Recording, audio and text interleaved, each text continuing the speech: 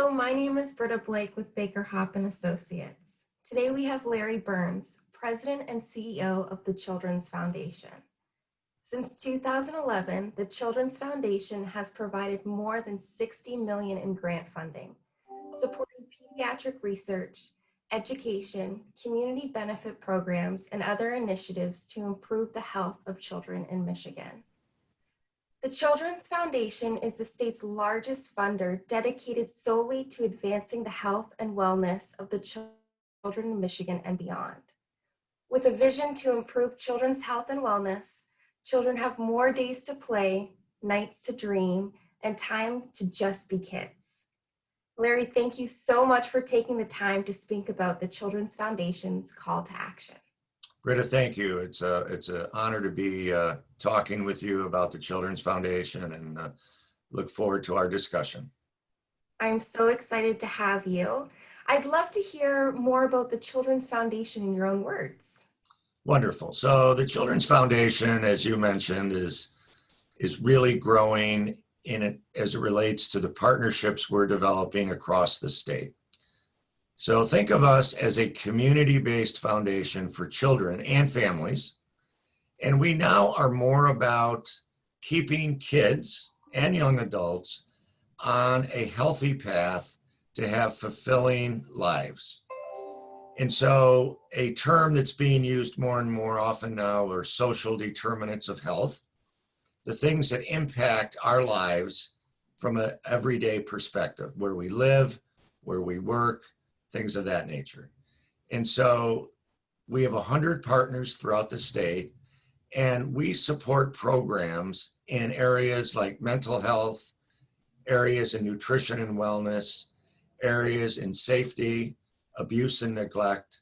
And we're really now trying to work with organizations to help them grow programs, particularly in the COVID environment we're in, to deliver services that help keep kids and families, because families have such an enormous impact on children, obviously. And so we're more involved now in mentoring programs through technology, certainly since March. And so we really are a foundation that is independent and geared to help programs grow that help kids. Outstanding. So, you mentioned COVID-19. How has the Children's Foundation been impacted by COVID-19?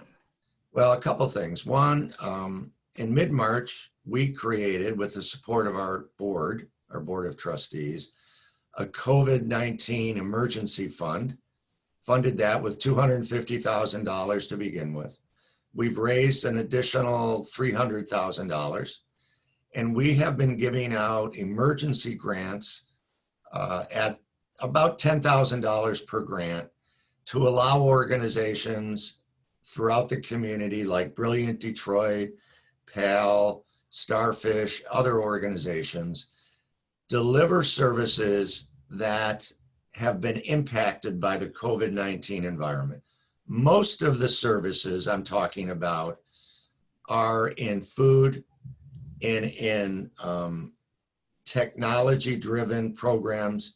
Many of our partners are dealing with children and families in person. And since they can't do that, we're supporting programs that allow them to do that, much like we're doing right now through Zoom and some other initiatives. So we've taken the initiative to help organizations as it relates to COVID-19. That's the biggest impact that we've had. And then we're also doing our very best to keep raising money and to keep delivering services like we normally do. And so I'm very proud of the fact that we're now giving out more money than we would have totally, around $7 million this year, than if COVID-19 never occurred. And so we are not standing still. We're doing what we can to help. That's amazing. And that's so exciting to hear that that's what the Children's Foundation is offering. Now, where do you see the future of the Children's Foundation going? Well, thank you, Britta, for that question. The Children's Foundation, I mentioned, is now statewide. So we started in communities in Macomb County, Oakland County.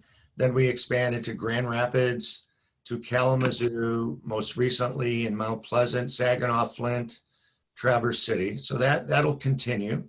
We're in Northwest Ohio, in Toledo a bit, so that'll continue. This month, the Board of Trustees has adopted its first ever strategic plan, which really is going to be a guiding post for the next 3 to 5 years on the foundation's growth, on our relevancy, and our evolution as a statewide community foundation for children and families. So as you mentioned, the Children's Foundation's first ever strategic plan, I'd love to hear a little bit more about that. Great. So we have 8 strategic initiatives that the board has adopted. And one of those is this, to have a continual growth in the state. And so it is now a written, approved plan to keep growing and impacting programs throughout the state. And so that's one of the 8. Another one of the 8 is to continue to grow our affiliate organizations. And what I mean by that is we are now running such organizations as the First Tee of Greater Detroit. We are now, in the last 2.5 years, have been running the Jamie Daniels Foundation. That's a foundation to help people recovering from addiction. We also run the Paul W. Smith Charities. Paul, as you may know, is a WJR celebrity. He has an organization that helps 4 charities.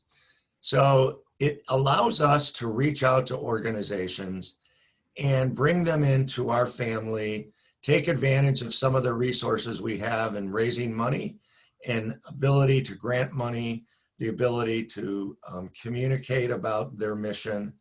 And so one of the strategic initiatives is to have more of those affiliates. So that's something I'm super excited about as we move forward in the community. Another strategic initiative is to grow our impact in mental health. So one of the crises that existed before COVID-19, and has certainly grown because of it, is that so many children are in mental health crisis and their families bring them to an emergency room throughout the state, and they might be there for weeks at a time.